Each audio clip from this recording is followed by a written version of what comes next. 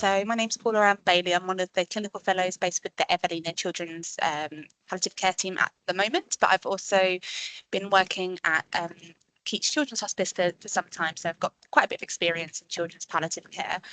And really what I wanted to do is just kind of give a brief overview of end-of-life care for children and young people in the hospital setting, really acknowledging that it's something that is unusual for a lot of people in their paediatric careers and not really something that we go into paediatrics hoping that we're going to encounter very much, and it's very daunting when it happens. So I'm hoping to just kind of give a little bit of a brief overview so that we can start to get some kind of understanding of some of the different aspects that the role of the palliative care and hospice teams provide.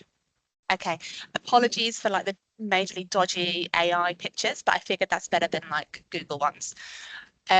So I'm just going to start off opening up with a case study. So we have Layla here. She's expecting her first baby. During her 20-week scan, they've noticed that the baby, who they've named Daniel, has a serious heart condition, hyperparathyroid left heart syndrome. So just a really kind of basic question to get us going. What teams do we think need to be involved in this couple's care? Yeah, cardiac for sure.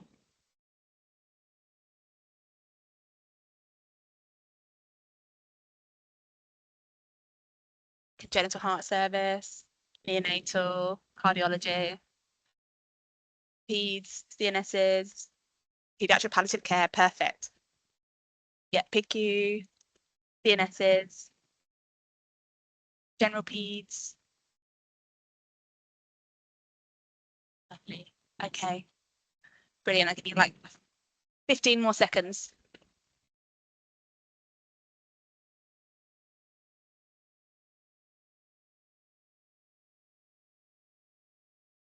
Okay.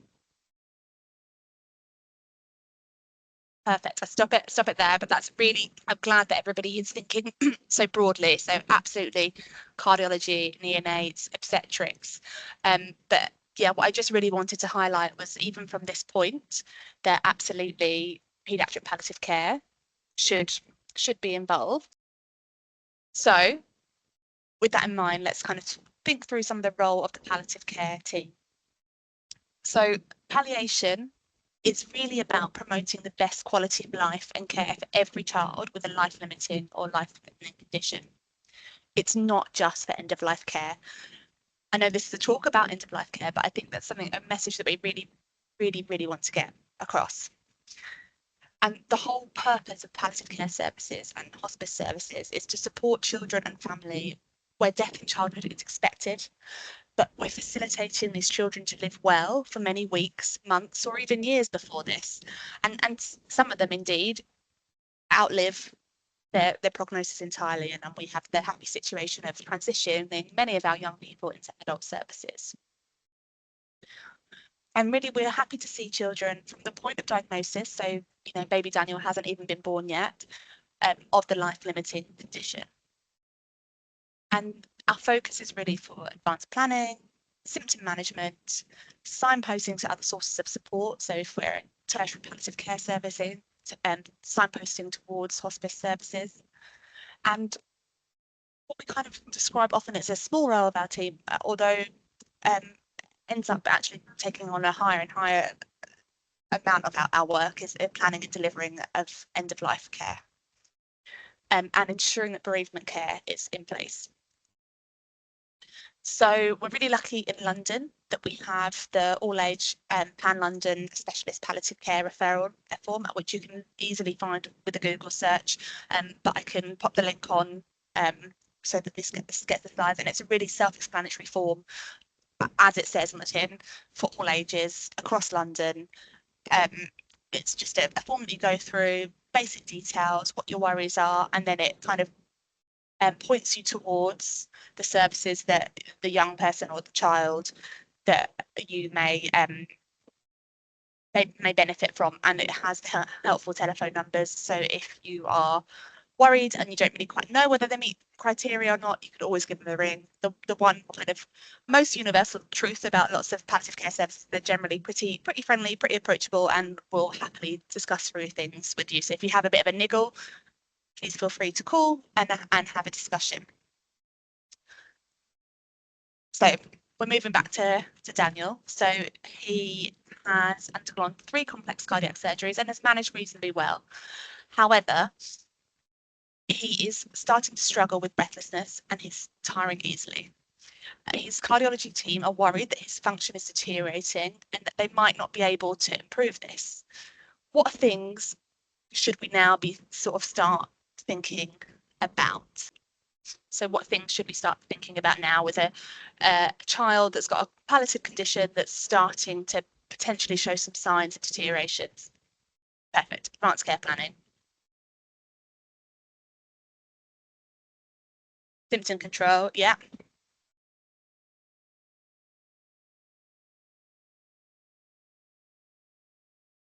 What are their wishes? Yeah. Wishes of the family. Or psychological input. Absolutely.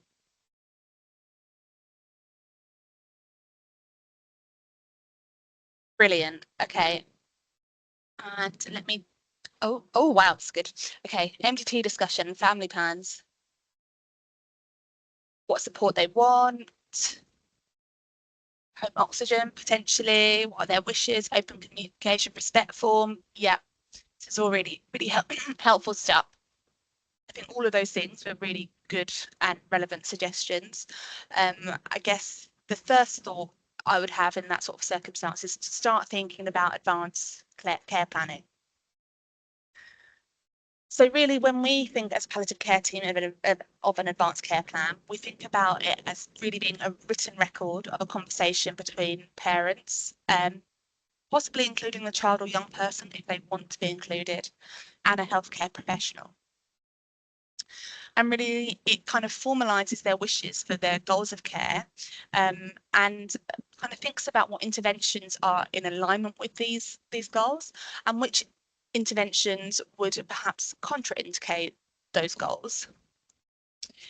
And I think a really important thing to understand is this is a consensus process with the MDT. It's not really up to a unilateral professional to say which treatments are or are not in a child's best interest. We need to make sure, particularly like with a child with a cardiology condition, that we're involving a cardiologist in a case of what do you think the trajectory is? What is the chance of this child having a reversible illness that can be where they can be returned back to a good level of functioning with PICU level care. It needs to be part of a discussion and a consensus, really. It's not a legally binding document. That's really important to note. So the only kind of legally binding thing we have in this country to do with advanced care planning is really for adults, and that's something called an advanced decision to refuse treatment, or an ADRT. And that is for individuals with capacity that are over 18 years old that are able to formally and legally fill out the document. And there's specific wording required around that. So, and a children's ACP is not a legally binding document. And I'm not sure if lots of you have come across this. So this is the Children and Young Persons Advanced Care Plan. This is a national document, again, really easy to Google and get hold of. So just Google CYMPACP. And this is quite an extensive document. So you can see it's page 1 of 8 here. And this kind of goes through lots of different things like demographic information about the child's conditions, and then kind of thinks a little bit about what symptoms the child might experience, thinks about their goals in terms of their end of life preferences, and then the last page is the respect document encompassing their wishes around resuscitation. So it's quite a lengthy document, but it's something that gives a lot of information about that child and young person, and it aims to be quite helpful to you if you're in hospital meeting this person for the first time and just knowing, okay, these are the conversations that have been had and this is what's been agreed. Of course, as I said, it's not legally binding and it's not written in stone, so parents can change their mind at the time. And at all, Gandhi, I would really recommend his amazing book. So he's a surgeon by background, but has written this amazing lots of books actually. But the one that I would really recommend is Being Mortal, and it's really about his kind of reflections on essentially advanced care planning. And he has a notion of these 4 prompts that we really need to ask people to really understand where they're at and able to facilitate some conversations around advanced care planning.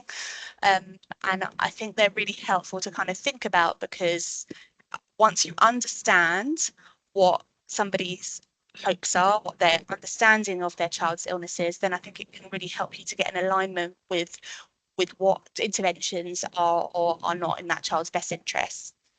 So he suggests, number 1, the most important thing to set the whole context of the conversation is, what is your understanding of your child's condition? You need to know that what you think about that child's illness is in alignment with what the parents think about that child's illness. And then it's very specific, this next question. So given this understanding, what are your goals for their care? So it's not like, if you ask somebody what are your goals for them, well, that they get better, obviously, but it can't be as simple as that. It has to be rooted in the understanding of what is that child's condition and what is their likely trajectory. What are your fears? It's a really powerful question, because I think it really unpicks for people circumstances that are completely unacceptable to them. And once we understand that for people, then we can understand what interventions, what treatments do we need to protect children from. If it's something, if there's a line in the sand, if there's a situation that families are really worried about happening, we can really help to support them in avoiding those situations. And this is another interesting question. So what trade-offs are you willing to make? So it's about thinking about balancing risks and benefits of certain treatments. And I think it's a really helpful thing to talk through, and kind of this is part of the kind of the wider question about advanced care planning, and the CYP-ACP, that purple document, goes through specific interventions that the child and family may or may not want, starting from airway all the way down, really.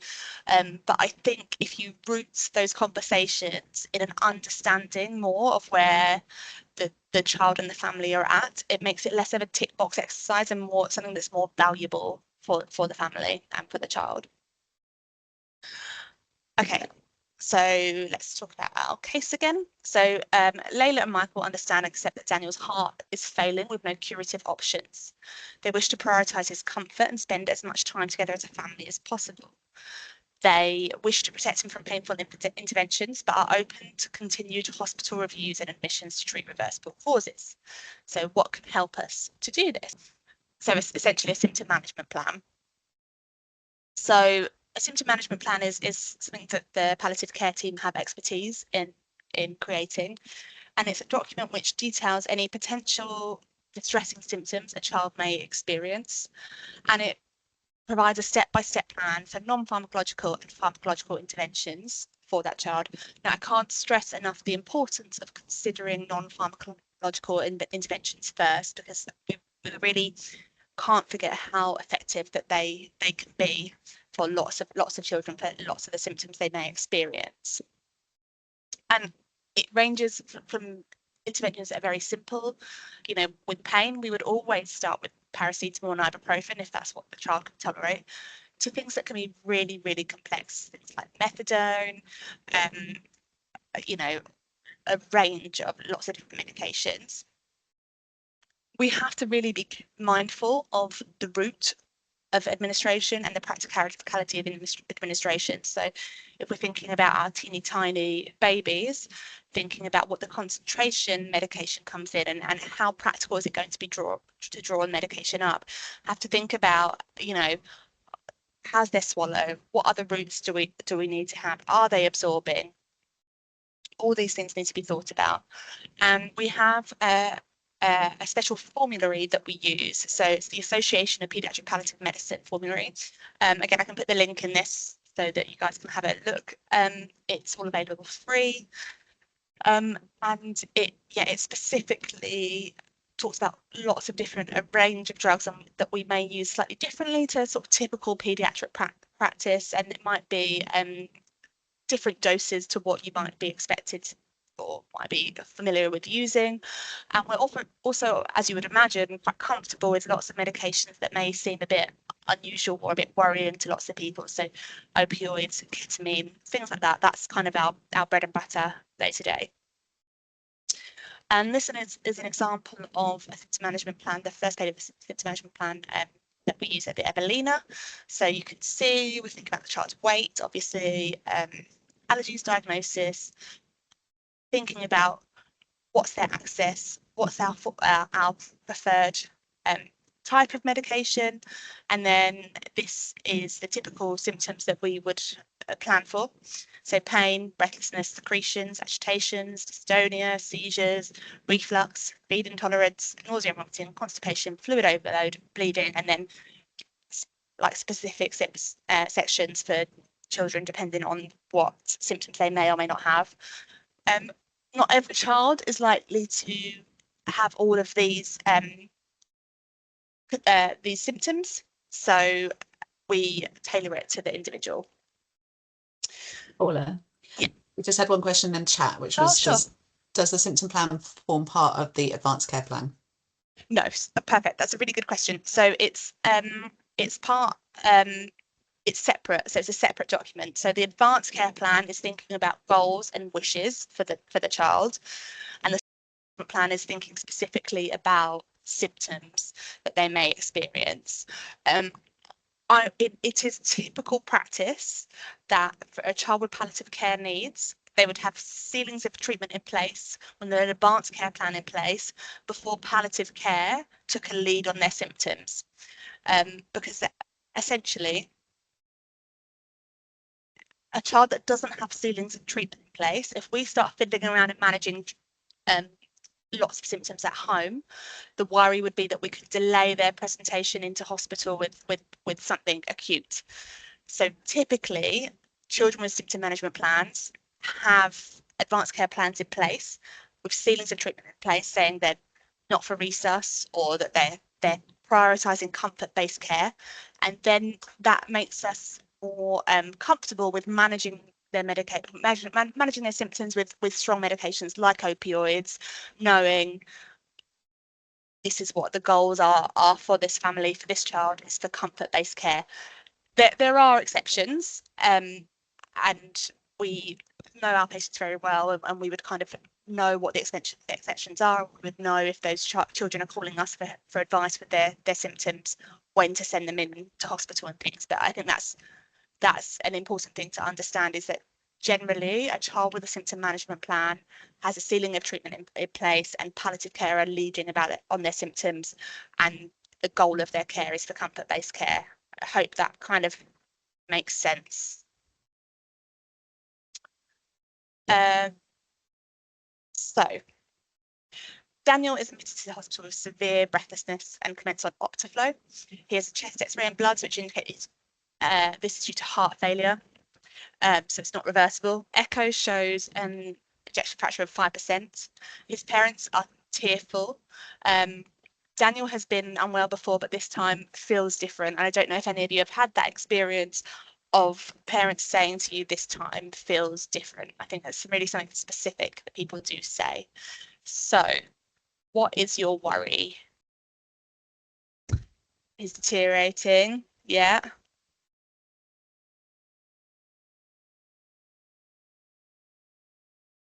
He may be dying. Yeah. I think, yeah, end of life planning. Yeah. Getting everything in place in time. Yeah. Deteriorating, coming to end of life. Yeah. Absolutely. The worry is that he's dying. And the thing that makes me think this more so than all of the kind of clinical information we've got there is that the parents are saying that it feels different. And we don't, clinicians are terrible at prognosticating. the only very weak evidence we have for prognosticating is that gut instinct that either clinicians feel or parents feel that death is approaching. So, okay, if this is an end of life episode, where should he be cared for? Should it be a quick rate? So home, hospice, hospital, or don't know? So lots, a bit of an, okay, home, hospice, hospital. So we'll circle back to that question. So our considerations in end of life care, in terms of the child and family, we need to think about their wishes. We need to think about their family dynamics. We need to think about what symptoms they're going to experience, how these are going to escalate, and what sort of treatment we're going to need for them. If they are in a place, we need to, and we're thinking about moving them somewhere else, we have to think about their stability for transfer. And all of this has to be managed within an element of risk. So this is the worst thing that a family are going to go through. It's unimaginable. And we really need to be mindful of how that will be managed. A couple of people have written in the chat. So Sophia said it's the parents' choice. Yeah. And Susanna said it depends on his and parents' wishes and what community services are available to deliver this. Perfect. Yeah. So environment wise, we need to think about the physical setting, the team availability, including out of hours support, as we've already alluded, the training of those delivering the care, so how comfortable people are to deliver the care, and we need to think about the equipment and the medication. So to go back to the case, the parents now understand that he's dying and they wish to remain on the ward because they know the team so well. But I guess at the point that I asked, I don't think it was really possible. It wasn't really a fair question to ask. I don't think it was really possible to know where the right place was because we didn't know their wishes and we didn't know the wider context of what care Daniel might be able to receive in the home. So all of that is important in kind of understanding where the best place for a child to have their end of life care is. So I just thought it might be helpful to think about some of the considerations of giving end of life care in hospital, acknowledging that it is something that's reasonably unusual for ward teams. So luckily in paediatrics, most of the kids that we look after get better and usually get better quite quickly. And so it is really quite different when you are looking after a child on the ward that is dying. And I do completely acknowledge it does happen. Happens relatively regularly, but it's still something that is different to day-to-day management. So thinking about the child, we need to make sure their comfort is prioritised, that they have a symptom management plan from the palliative care team, that they're psychologically supported with the play team or psychology if it's available, and they have like a private space. In terms of the family, then I think they need to have an understanding of the process. They need to be supported. They should have the opportunity to make some physical mementos if that's what they want. So things like footprints and jewelry and molds and things. All of those things should be kind of openly discussed with them. And then it is a really complex task to provide end of life care. And there you can see there is a lot of teams involved and a lot of different responsibilities that everybody has to kind of work together to offer this care. You only have one chance to give that child a good end of life care, and it takes a lot of different people working really hard to be able to do that. So absolutely, the palliative care team will be providing a symptom management plan. They can help with setting up syringe drivers. They can do clinical assessments either in person or phone or virtually. They can signpost towards other options for support like hospices or charitable organisations. And I think it's really important the palliative care team can be open to many people on the ward may not typically give a lot of end of life care. The palliative care team I think it's a part of their role to kind of support the team in this, but we're not obviously psychologists, so we can't give that kind of deep level of psychological support, but we couldn't acknowledge this is really hard what we're doing. You guys are doing a great job. You know, I think it's really important. And sometimes it's just having somebody on the other end of the phone that says, this is what I've done, this is what I've told them, is this all right? And you know, having that chance to talk that through and reflect and just be reassured that sometimes you know, it just feels awful because the situation is awful, not because you're doing an awful job. You're probably doing an amazing job given difficult circumstances, but it's kind of sometimes that reassurance is really helpful. And the other key thing as well is a parallel plan in the case of unexpected survival, because these children haven't read the textbooks and they do what they want to do. We did some work in the east of England, and 30% of children who were having one-way extubation, so expected to die after their ET tubes were removed, survived. And some of those survived for long term. So even when they can look very unwell, even when you can be almost sure that they're dying, sometimes they're not. And so a parallel plan is really important. And the other thing is, palliative care teams obviously have expertise on post-death processes as well. So to update the team that are looking after the child at the time. You've got hospice teams that maybe you're able to offer in-reach support. And then I think a lot of the end-of-life care really falls to those that are on the ground, the ward nurses. They're going to be the ones that know Daniel and his family the best. They're going to be providing that emotional support. They're going to be setting up the devices, knowing how to involve other teams like the play, the chaplaincy, and supporting each other, as well as kind of understanding when it is getting a bit much and seeking support for themselves. Again, allied healthcare professionals are really important. Again, you've got the play team, physio can be really instrumental in symptom management, psychology if it's available to you, and then the medical team working closely with the palliative care team to prescribe the medications, to have a role in recognising distressing symptoms, supporting, recognising they might need support for themselves, supporting the wider team, and then obviously the post-test processes in terms of liaising with the medical examiner and preparing MCCDs. And then I thought it was helpful to think about options for post-death care.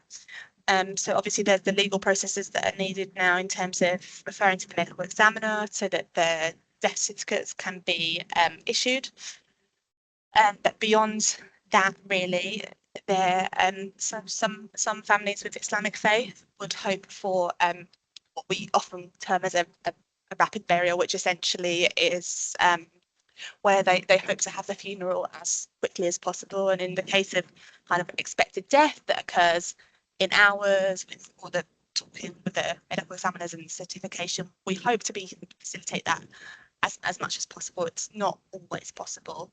And interestingly, I kind of relatively recently learned that the reason I think for this, I was told, is because within the faith, it's because they want the child to get to heaven as quickly as possible, so not delay them getting to heaven.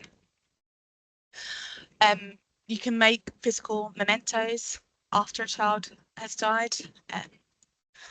So in terms of footprints, handprints, things, jewellery, involving families if they're in sort of washing and dressing the child.